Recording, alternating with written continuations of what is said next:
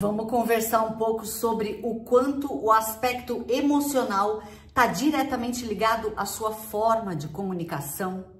Bom, já vou me apresentar. Se você ainda não me conhece e está entrando pela primeira vez aqui, eu sou Eliana Schuff, comunicadora há quase 4 décadas e atualmente trabalho para uma rede de rádios, a Rádio Mix, que fala para todo o Brasil em diversas cidades. E eu tô aqui para te dizer que, além disso, eu sou psicóloga e uma das coisas que eu noto é que na hora da comunicação não é somente saber regras da língua portuguesa, ter um bom vocabulário, mas o aspecto emocional entra ali para fazer uma grande diferença. E é disso que eu quero falar para você nesse vídeo de hoje. Se você ainda não me conhece, está conhecendo agora, vou pedir para no final do vídeo você deixar aí um recadinho para mim do que é que você pensa a respeito disso. E se você ainda não me segue, vai lá, dá uma pausa no vídeo, faz a inscrição aqui no meu canal para mais conteúdos como esse.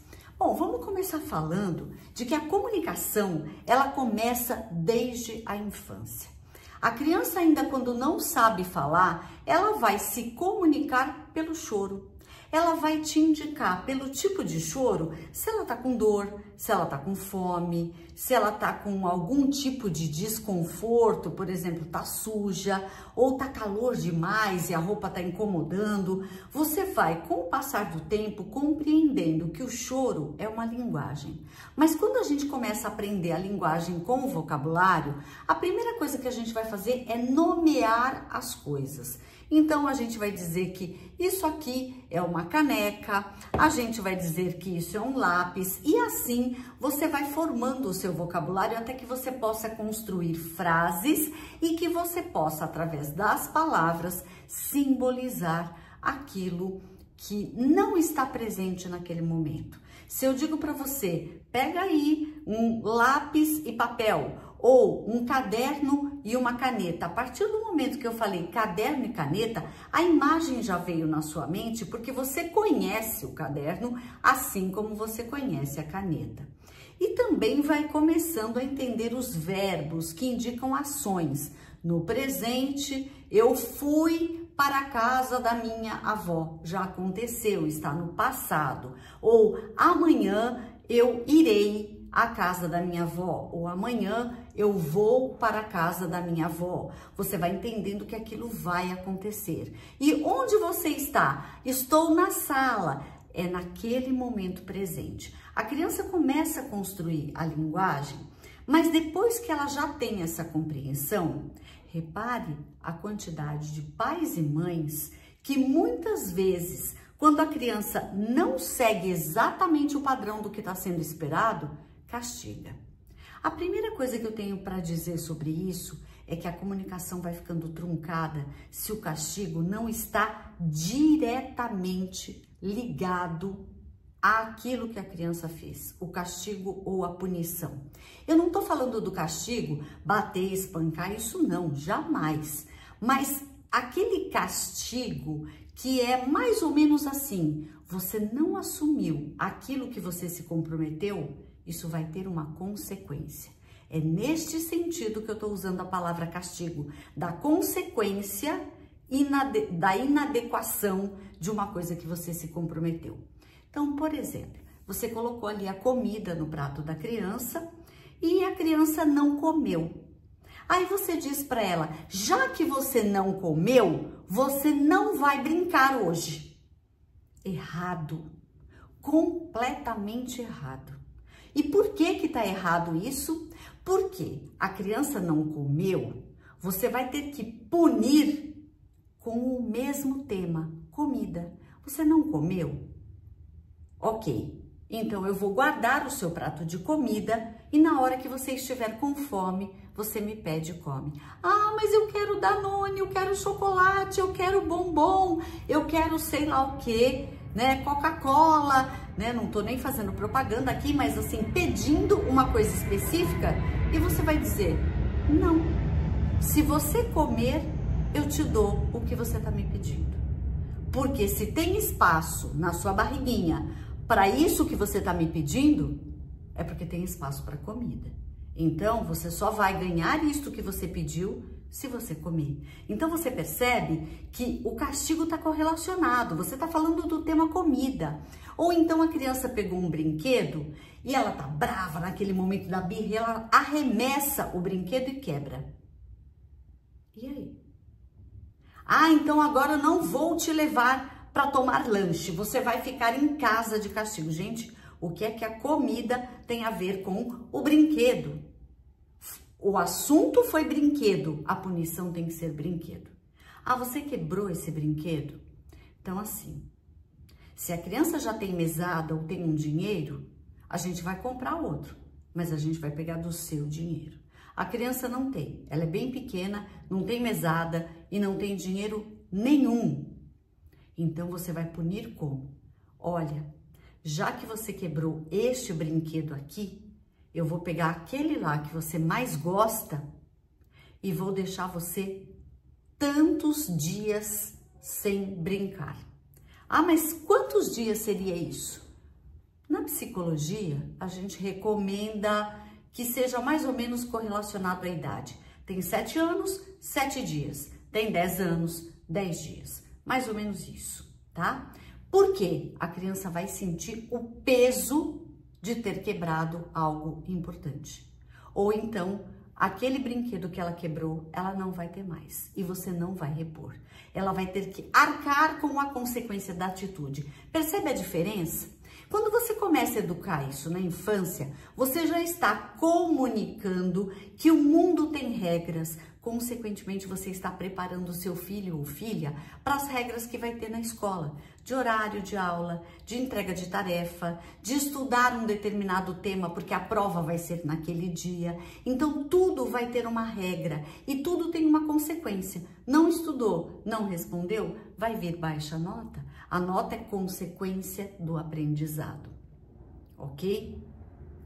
Veja, o que você está comunicando é: se o assunto é comida, vai ser punido com comida. Se o assunto é brinquedo, vai ser punido com brinquedo. As coisas têm que estar correlacionadas para que a criança comece a desenvolver a lógica, não só da linguagem palavras, mas do significado emocional de você cumprir com a sua palavra.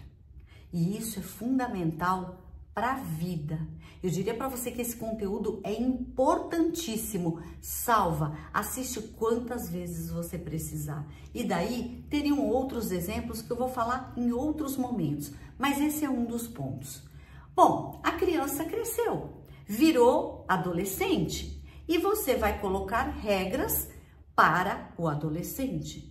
Não dá para tratar o adolescente como criança e nem como adulto. Ele ainda não está tão adulto a ponto de se responsabilizar por tudo, mas ele também já não é criancinha e tem raciocínio. Então ele vai começar a questionar. Se ele não questionar você, alguma coisa errada tem. Ou você está colocando muito medo, muita pressão nesse adolescente, ou então ele está com algum problema e não consegue desenvolver essa relação entre as coisas. Porque o esperado e o normal é que o adolescente bata de frente, porque ele está aprendendo uma coisa com você e outra na escola, outra na vida lá fora, no esporte que ele pratica, no curso de inglês ou de outra língua, e ele vai ou ela questionar você a respeito. Então, por exemplo, eu vou te buscar 10 horas da noite. Vou te deixar na casa do seu amiguinho 10 horas, eu vou te ligar e falar, tô saindo, e vou te dar a previsão. Eu chego e você tem que estar lá embaixo. O que acontece? Se isto não é respeitado, ou se você quebra esta regra, você esquece, demora para buscar, ou deixa a criança num lugar, tá praticando esporte, o esporte acaba às 7, você vai chegar às 7h30. O que você tá passando com aquela informação? Que as regras não precisam ser rigorosamente respeitadas. Eu falei que eu tinha buscar 7, mas eu busquei 7h30 e tá tudo certo. Não. Ah, então eu tô atrasado, para te pegar na escola, eu vou entrar naquela rua de mão única, de ré na contramão ali, que é para ganhar tempo. O que você está ensinando pro seu filho quando você faz isso? Olha, na esquina próxima aqui da minha casa, tem uma escola grande que ocupa quase que um quarteirão. O que eu já vi de pais que fazem isso, que entram na contramão para deixar o filho mais rápido, porque estão com preguiça de dar a volta por conta do trânsito. Então, assim, na boa, gente, estaciona o carro, pega na mão do seu filho, leva até o portão. Ou, olha, eu vou abrir a porta, vou ficar olhando você entrar. Mas não quebra essa regra, não entra na contramão. Depois não adianta dizer, ai, o governo tá sempre quebrando regra. Ai, olha, morar no Brasil, brasileiro não respeita. E você é o quê? Se você não respeita uma pequena regra, quem é você para cobrar de alguém ou para criticar o que acontece? Só tem moral para criticar quem não faz aquilo. Sabe aquela história de atira a primeira pedra quem não tiver nenhuma culpa? É mais ou menos por aí. E o adolescente pega isso. Quando o adolescente começa a ficar rebelde, ai, porque adolescente é tudo complicado. Olha, adolescente está com 1 milhão de hormônios para administrar, já não lida nem bem com o próprio corpo, esbarra nas coisas, porque acha que vai passar naquele cantinho e acaba esbarrando porque o corpo cresceu e ele perdeu a noção do tamanho físico que tem, fora as emoções que está sentindo. É complicado mesmo, a gente já foi adolescente, a gente esquece disso.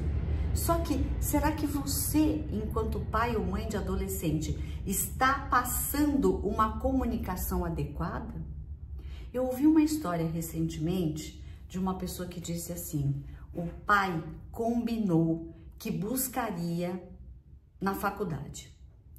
E a adolescente ali em questão é menor de idade ainda, tá no primeiro ano e ainda não completou, faz aniversário mais pro final do ano, entrou com 17 anos na faculdade e o pai se comprometeu a buscar.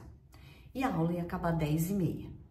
Deu 10h30, 10h40, 11 horas, a adolescente começou a ligar no celular do pai, o pai não atendeu, até que ela ligou em casa e a mãe disse, olha, eu não sei o que tá acontecendo, mas pede um Uber. Ah, mas como que eu vou pedir? Não, eu vou pedir daqui para você. E aí pediu um Uber. Ela chorou, porque todo mundo foi indo embora, o local já estava fechado, escuro, perigoso. Quando chegou em casa, foi dormir. Não conseguiu dormir direito, porque estava agitada. E no dia seguinte, no café da manhã, disse, poxa pai, você pisou na bola comigo, né? Você falou que você ia me buscar 10h30 e você não foi? E o pai respondeu, você tá achando que eu vou querer receber ordem de adolescente? Quem é você para falar para mim que eu tô errado? Opa! Atenção, gente. Adolescente não pediu para ele buscar.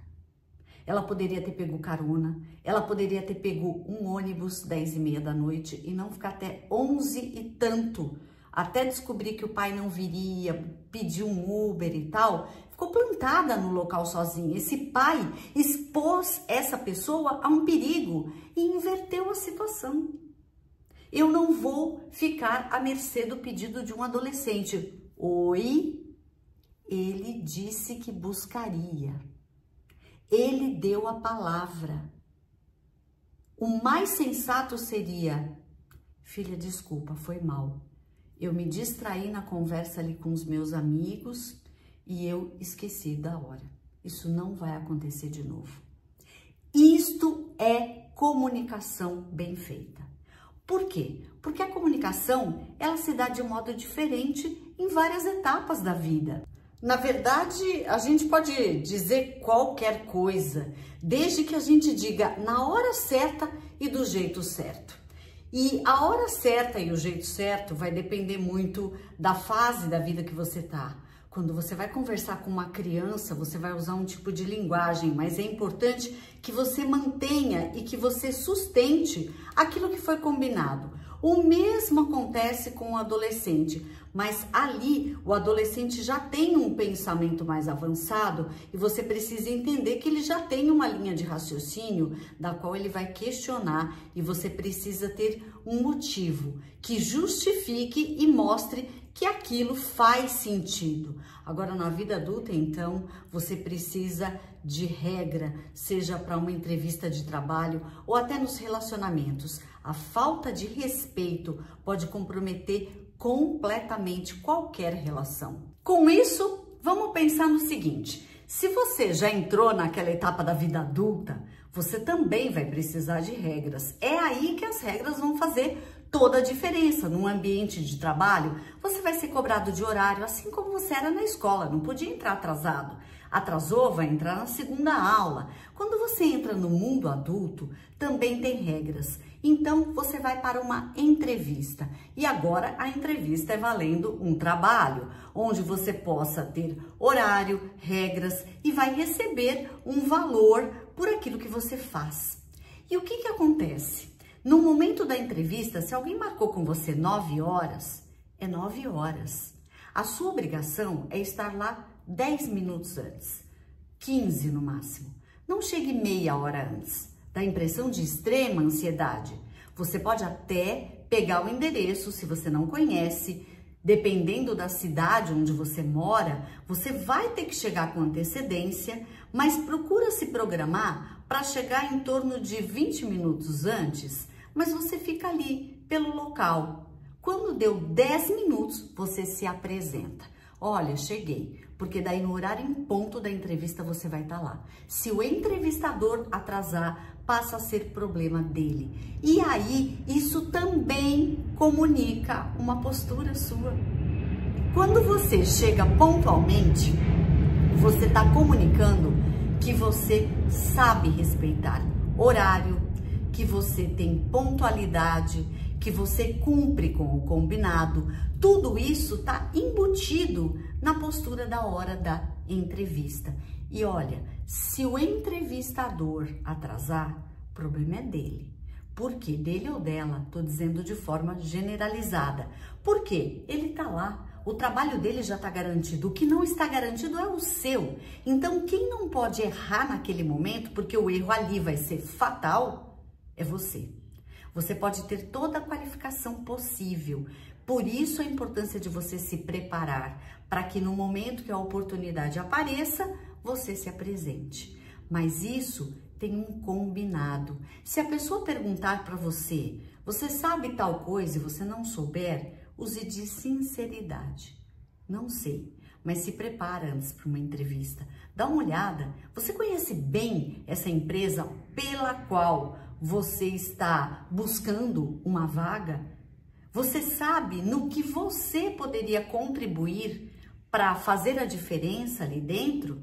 Porque, obviamente, se eles vão te pagar, eles vão estar te dando algo. Eles querem algo em troca, eles querem sua expertise. E aí, o que você tem de melhor? Qual é o seu diferencial? Você precisa saber, mas também precisa reconhecer os seus defeitos e dizer com tranquilidade. Por exemplo, se você é uma pessoa que não suporta que alguém eleve o tom de voz porque você trava, talvez você tenha que dizer na hora que a pessoa perguntar: e qual é o seu ponto fraco, seu ponto vulnerável? Dizer: olha, eu tenho bastante dificuldade em lidar com grito. Quando uma pessoa eleva o tom de voz, parece que eu travo e não consigo raciocinar. Então, eu sou capaz de ouvir qualquer coisa, desde que seja no tom normal. Você já deu uma dica para a pessoa de como você funciona, educadamente. E admitindo que aquilo é uma dificuldade sua. Até para que a pessoa se toque, se ela for do tipo que grita, ela vai ter que pensar 2 vezes. E quando você está num relacionamento, já que estamos falando de adulto, também a mesma coisa. O combinado não é caro. Se você diz para uma pessoa: olha, dia X eu tenho um compromisso e eu não vou poder participar disso que você está querendo. Ou, olha, esta situação para mim é muito desconfortável. Por exemplo, você está ali num relacionamento e a pessoa te convida para ir a um show. Sei lá, de algum estilo de música que você não gosta. Use de sinceridade. Olha, eu posso até ir com você, mas eu não curto esse tipo de música, não conheço nada e eu vou ficar sentado ou sentada ali do seu lado sem participar. Talvez seja melhor você chamar um amigo ou amiga. Não me leva a mal, eu acho que vai ser melhor companhia, porque eu realmente vou ficar deslocado ou deslocada. É muito melhor dizer isso do que, ah, tá bom, eu vou. E chega no dia, fica de bicão ou senta do lado com aquela cara, né, olhando, desviando o olhar, aquele olho para cima, bufando, como a gente diz. Isso é péssimo, isso estraga qualquer tipo de relacionamento. Então veja, o que a virada de olho ou o bufar está comunicando? E olha que eu não estou falando só da comunicação verbal, mas o que é que você comunica como um todo? Ah, eu não gosto, eu estou desconfortável. Então diz, porque a pessoa de repente esperou tanto por aquela data e por aquele momento e ela poderia estar curtindo.